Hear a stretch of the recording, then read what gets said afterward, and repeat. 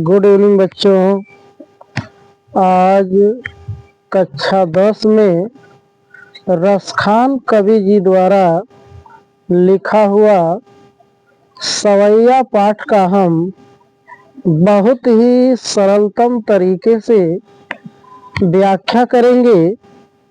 तो आप सभी लोग अपने पास जो है किताब पेंसिल जरूर रखें, ताकि मेरे द्वारा जो है जो कठिन शब्द बताया जाए उसका अर्थ जो है आप लिख सकें। तो मैं देर न करते हुए सीधे जो है सवैया पद को पढ़कर मैं अर्थ की व्याख्या जो है करूँगा।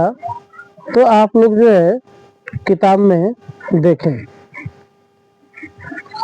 सवैये रसखान कवि जी द्वारा जो है लिखा गया है। यह रसखान कवि मुस्लिम होते हुए भी जो है कृष्ण भक्त कवि हैं। यह बहुत बड़ी बात है। हम देखेंगे इनके द्वारा फर्स्ट पद्य जो है लिखा गया है कि मानुष हो तो वही रस खानी, बसो ब्रज गोकुल गांव के ग्वारन। यानी रसखान कवि जी कह रहे हैं कि यदि मुझे मानुष का अर्थ होता है मनुष्य, यदि मुझे मनुष्य का जन्म मिले तो बसो ब्रज, मैं जो है ब्रज के गोकुल गांव के ग्वालों के बीच में जो है बसो माने निवास करूं। रसखान कवि जी कह रहे हैं कि यदि मुझे मनुष्य का जन्म मिले तो ब्रज के गोकुल गांव के ग्वालों के बीच में जो है मिले। जो पशु हो तो कहाँ बस मेरो, चरो नीत नंद धेनु मझारन। रसखान कवि जी कह रहे हैं कि जो पशु, यदि मुझे पशु का जन्म मिले तो मैं वहां बसेरा करूं।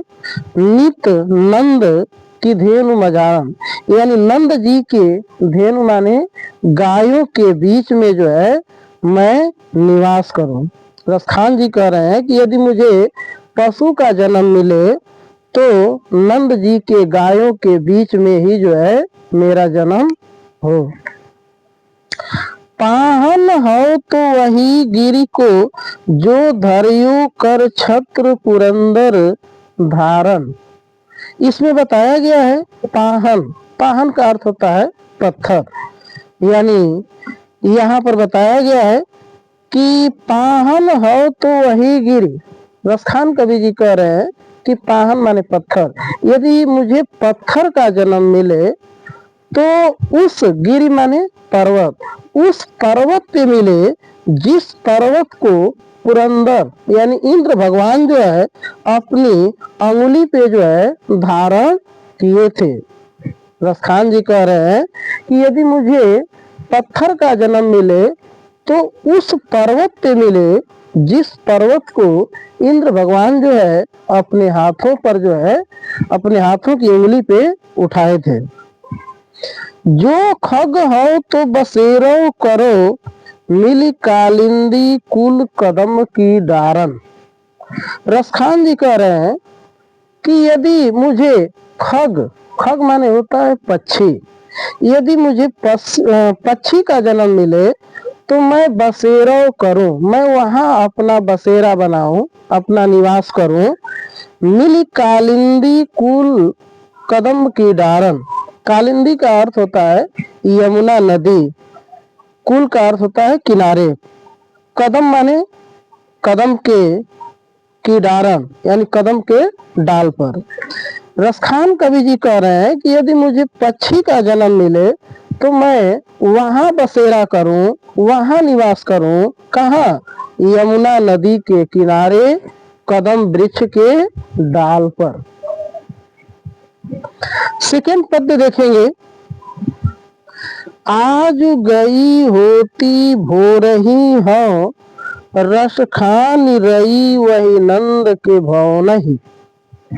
एक गोपी है, वह जो है सुबह सुबह जो है नंद जी के जो है घर गई हैं और वहां जा करके जो है बालक कृष्ण को जो है देख करके अपनी बात जो है अपनी सखी से कह रही हैं। क्या कह रही हैं कि आज गई होती भोरही हो।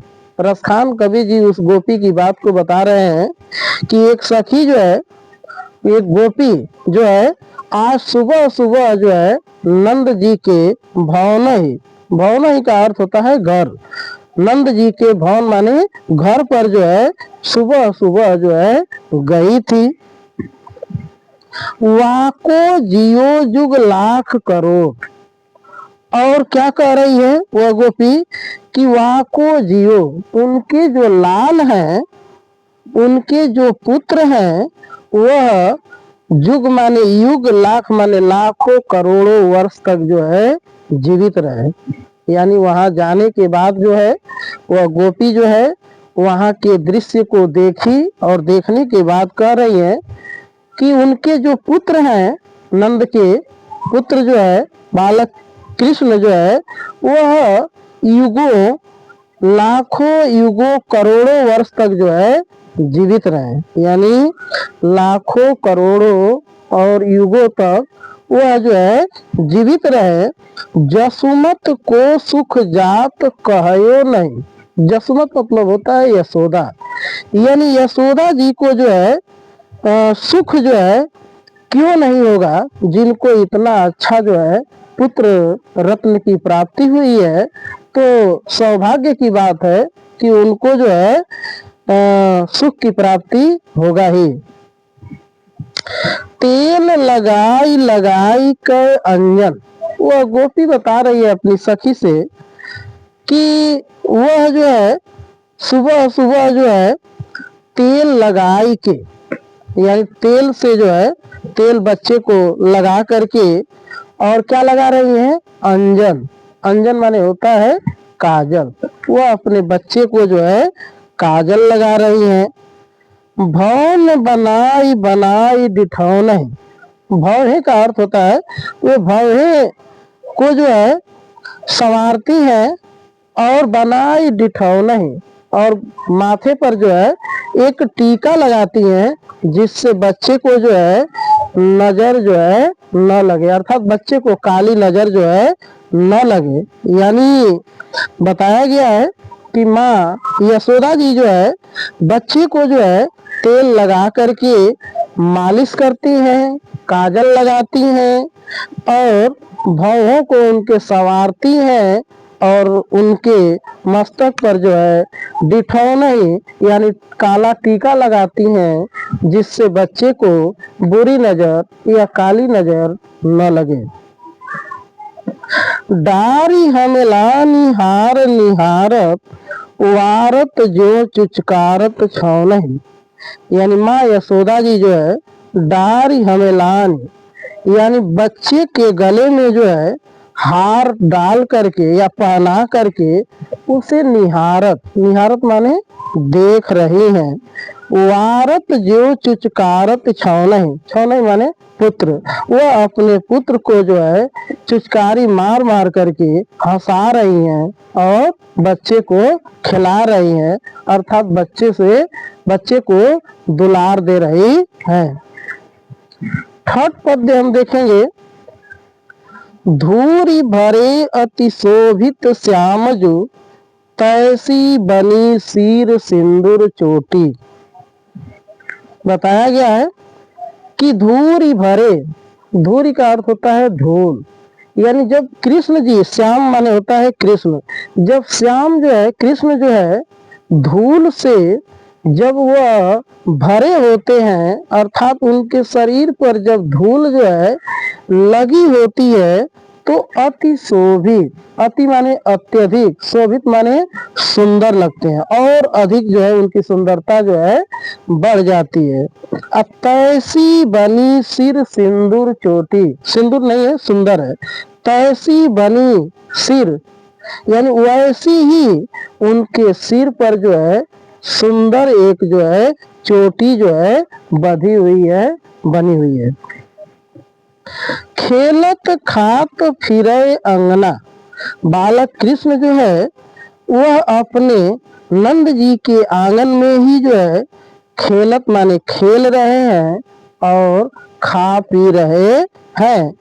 पग पैजनी बाजत, पग माने होता है पैर, उनके पैरों की जो पैजनी है वह जो है पैजनी बाजती, पैजनी यानी पायल, उनके पैरों की जो पायल है वह क्या हो रही है, बाजत माने बज रही है।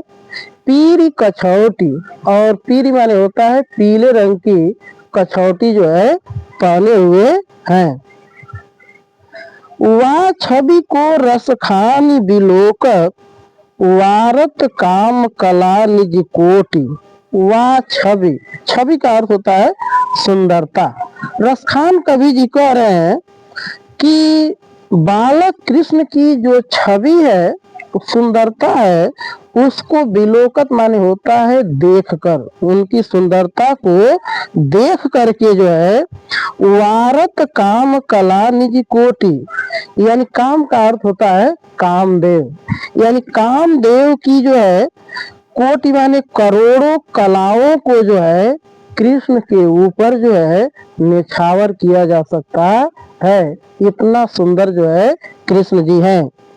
यानी रसखान कवि जी उस गोपी की बात को बता रहे हैं, क्या बता रहे हैं कि छवि, छवि माने सुंदरता, बालक कृष्ण की जो सुंदरता है उसको देख करके कह रहे हैं कि कामदेव की करोड़ों कलाओं को भगवान श्री कृष्ण यानी बालक कृष्ण के ऊपर जो है निछावर किया जा सकता है।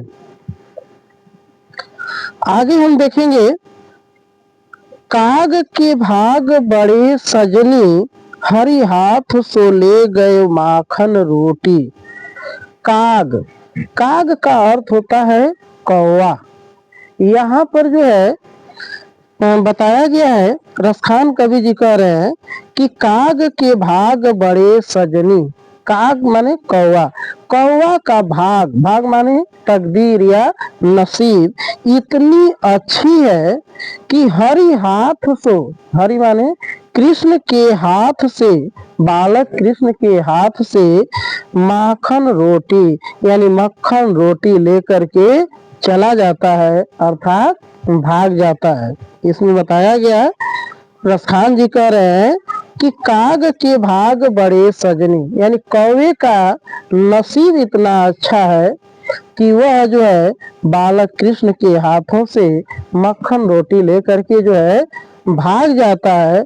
हम लोग जो है देख नहीं पाते हैं और वह कौवा भगवान कृष्ण के हाथों से मक्खन रोटी जो है लेकर भाग जाता है।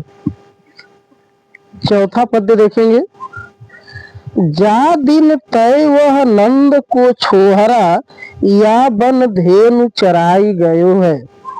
जा दिन, इसमें एक गोपी है, वह कह रही है कि बालक कृष्ण जिस दिन से जो है धेनु माने गाय, वन माने वन में, जंगल, वन में या जंगल में जो है चराई गए हो, चरा करके गए हो, यानी जा दिन तय वह नंद को छोड़ा। वह गोपी कह रही है कि जिस दिन से नंद के पुत्र बालक कृष्ण जी जो है वन में गाय चरा करके गए हैं, उस दिन से मोहन तानत गोधन गावत, उस दिन क्या हुआ, मोहन मन को मोहने वाली, तान माने गीत, गोधन गावत, कौन सी गीत, गोधन गीत को जिस दिन से वह सुना करके गए हैं, बेनु बजाई रिझाई गयो, और बेनु माने बांसुरी बजा करके गए हैं। ऐसा लग रहा है कि हम लोगों को जो है ना रिझाई माने चिढ़ा करके जो है वह चले गए हैं। गोपी क्या कह रही है कि मोहन कान गोधन गाओ, यानी मन को मोहने वाली गोधन गीत को जो है सुनाए। और धेनु माने धेनु, धेनु नहीं है बेनु, बेनु बजाई रिझाई, बेनु माने बांसुरी होता है। और अपनी बांसुरी को जो है ऐसे बजाकर हम लोगों के सामने गए जैसे लग रहा है कि हम लोगों को वह रिझाई, रिझाई माने चिढ़ा करके जो है चले गए हैं। वह दिन सो कछु टोना सो के, यानी उस दिन से ऐसा लगता है कि हम लोगों के ऊपर जो है कोई जो है टोना कर दिया है, कोई जादू कर दिया है। गोपियां क्या कह रही हैं कि वह दिन से, यानी उस दिन से हम लोगों को ऐसा लग रहा है कि कोई हम लोगों के ऊपर जो है ना जादू टोना जो है कर दिया है।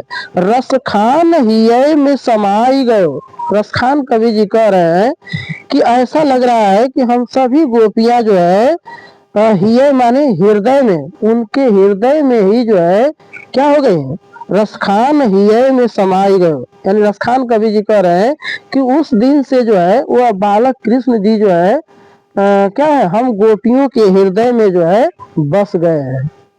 गोपियां जो है गोपियों की बात को रसखान जी कह रहे हैं कि वह दिन सो, यानी उस दिन से ऐसा लग रहा है कि हम लोगों के ऊपर जो है कोई जादू टोना कर दिया है। रसखान हिये में समाई गए, रसखान कवि जी कह रहे हैं कि ऐसा लग रहा है गोपियों को कि वह बालक कृष्ण जो है उनके ही माने हृदय में ही जो है समा गए हैं, हृदय में ही जो है बस गए हैं।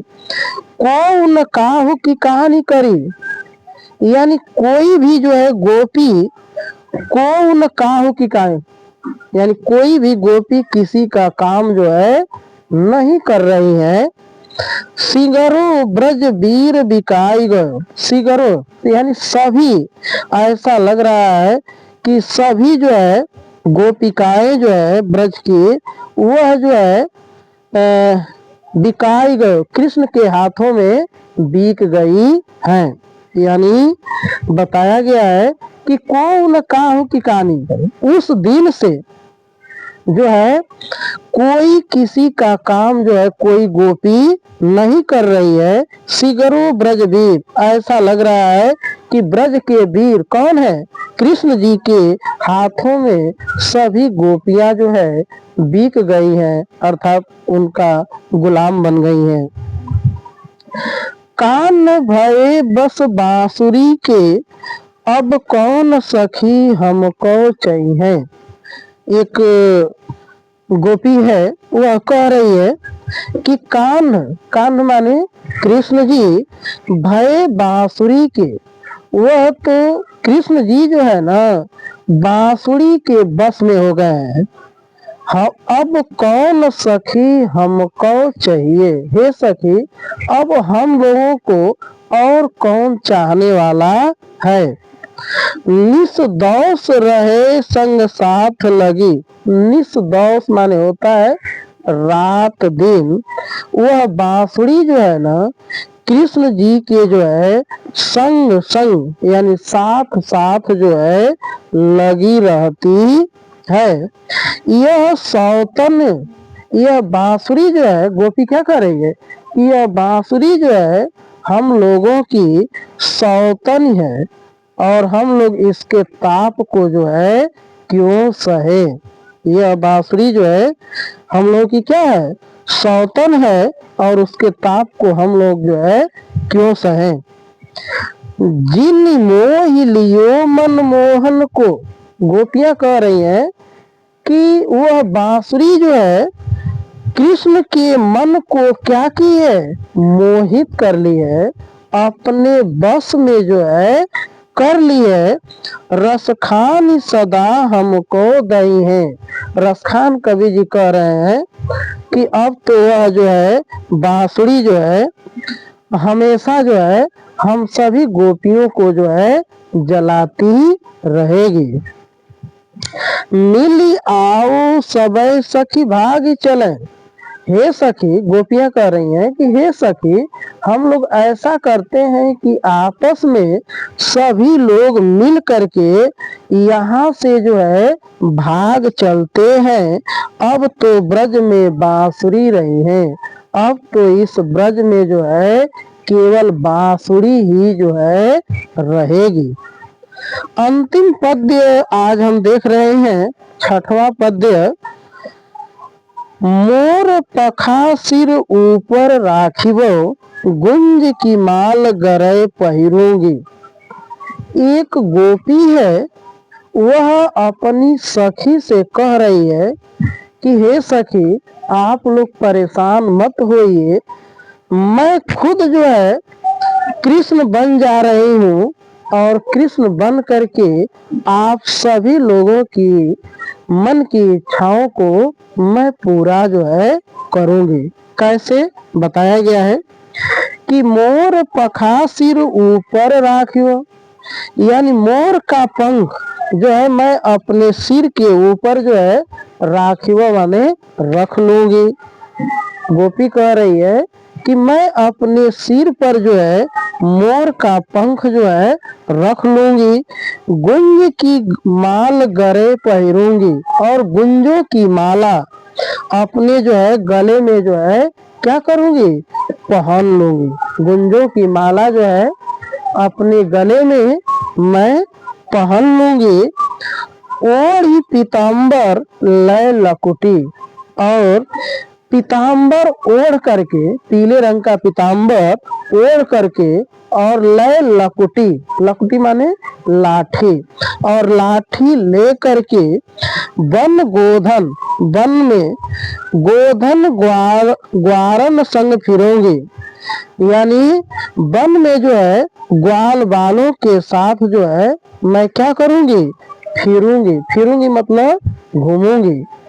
वह कह रही हैं कि पीताम्बर ओढ़ करके, लाठी ले करके वन में यानी जंगल में गोधन गीत गाते हुए ग्वारन संग, सभी ग्वाल वालों के साथ साथ मैं क्या करूंगी, फिरूंगी अर्थात घूमूंगी।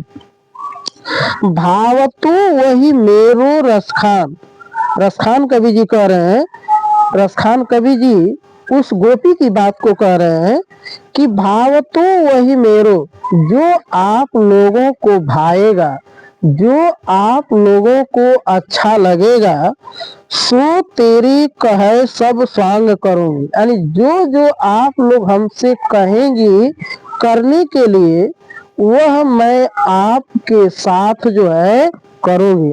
यानी वह गोपी कह रही है अपनी सखियों से, क्या कह रही है कि आप लोगों को जो जो चीज भाएगा, जो जो चीज आपको अच्छा लगेगा ना, वो हमसे आप लोग कहिएगा, मैं वह सभी जो है काम आप लोगों के साथ जो है करूंगी। या मुरली मुरलीधर की, यह मुरली, मुरली माने होता है बांसुरी, यह बांसुरी जो है ना मुरलीधर की है, अर्थात भगवान श्री कृष्ण की है। वह गोपी कह रही है कि यह बांसुरी जो है भगवान श्री कृष्ण की है। अधरा धरन धरे, अधराम यानी अधर का अर्थ होता है ओठ, धरी माने धारण करते हैं, अधरा न धरोगे, यानी यह जो है बांसुरी जो है कृष्ण के अधर माने ओठों पे रहती है, विराजमान रहती है। अधरा, मैं इसे अपने अधर माने ओठ पे, न माने नहीं, धरूंगी माने रखूंगी, मैं इस बांसुरी को अपने ओठ पे जो है नहीं रखूंगी। क्यों? क्योंकि वह हमारी सौतन है। अंत में गोपी क्या कर रही है कि मुरली मुरलीधर की, वह बांसुरी जो है भगवान श्री कृष्ण की है। अधरान धरे, क्योंकि वह बांसुरी कृष्ण के ओठों पे विराजमान रहती है, इसलिए मैं उस बांसुरी को अपने ओठ पर नहीं रखूंगी।